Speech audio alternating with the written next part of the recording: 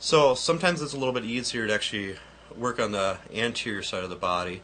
So again, with the toes that we went over, you could actually kind of pull and twist it in whatever direction that they're having a little bit more restriction in. Also, you can do a little abduction, abduction, so you're bringing it apart. But again, always look in their toe region, make sure there's no cracks in there. So they could have athlete's foot or any other kind of complications. So you don't want to actually pull on if it's actually cracked in those areas.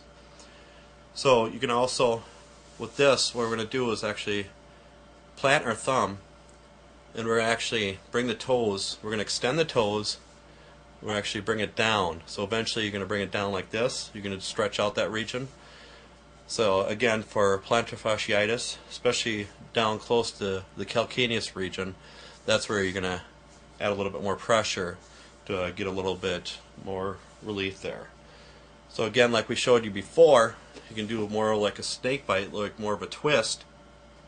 So when you're going like this, you're actually getting a little bit more of an arch. So especially if somebody has more of a flat arch. But if somebody has more of a high arch, you might want to go the other way to actually stretch it out. So again, you can go both directions. So I'll show you over this area. So you can actually go this way or this way.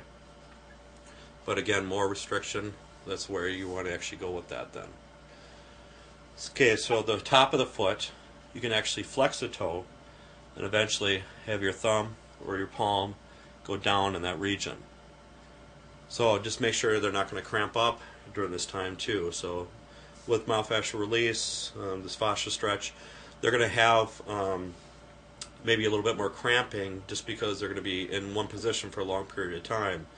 So just make sure you communicate a little bit more with them for these kind of techniques. Okay, for the tibialis anterior region, it's on the lateral. You want to feel the tibia bone first. Make sure you're not putting pressure on that. But again, you can do more of a cross-handed stretch with this region. Also, you can actually kind of cup the lateral malleolus over here, ankle bone. You can do more of a stretch in there. So especially if somebody has too high of an arch, the problem is the tibialis anterior region is actually too tight and it's actually bringing it up. So that's why the arch is coming up. So that's why you got to do a lot more stretching. But if they have a flat arch, you don't have to perform it as much for these regions then. So then you're going to have to do more of the actual snake bite kind of technique to actually get a little bit more flexibility in those areas. Okay, you can also perform like a leg pull. So what we're going to do here is actually right on the calcaneus area, you're going to kind of cup right on the top and actually just give them a little pull. Then you can also kind of pull and actually just twist one direction, twist the other direction, see which way is a little bit more restricted, and you can even bring it out like this.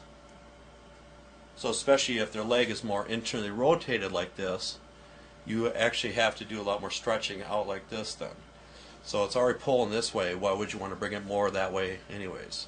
So again, bring it out for the leg pull for those regions. Then also for the calf region, you can actually kind of separate. So eventually it's going to bring it around like this, but again, be aware that you're not pinching when you're kind of finishing it up, because that's a big problem that a lot of people do, is they kind of pinch that area, and that's very discomforting to the client then. Now we're going to go to the full leg.